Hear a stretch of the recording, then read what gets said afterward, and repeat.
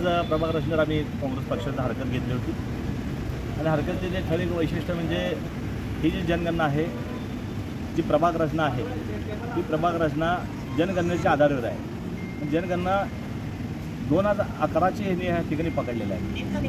2017 जी election झाले ती 2011च्या इलेक्शनवर झाले होते आणि आता सेम ह्या शहरातली जनगणना 2011ला 9 लाख होती, आता 2026ला हे इलेक्शन होणार आहे।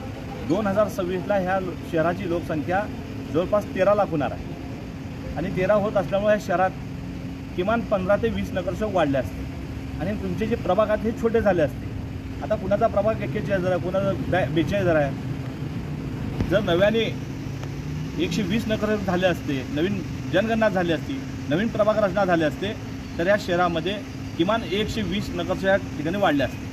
पण 2017चीच ही लोकसंख्या 2017चेच हे प्रभाग ह्या राज्य शासनाने आमच्यावर लादलेले आहेत। 2017चे जे प्रभाग होते सेम तसेच प्रभाग आता 2026ला राहणार आहेत। त्यामुळे हे सोलापूर शहर आणणे 20 नगरसेवक आणण्यावर शहरातला भौगोलिक विकास बघितला तर थांबणार आहे। विकासापासून प्रत्येक प्रभाग वंचित राहणार आहे आणि तुमच्या महानगरपालिकाचा जो आता महानगरपालिका प्रमोशन असेल, महानगरपालिका ड मधनं आपल्या क मध्ये जायचं असेल किंवा क मधनं अ मध्ये यायचं असेल, तुमचा निधी राज्य शासन असेल, केंद्र शासन हा निधी मिळणार नाही।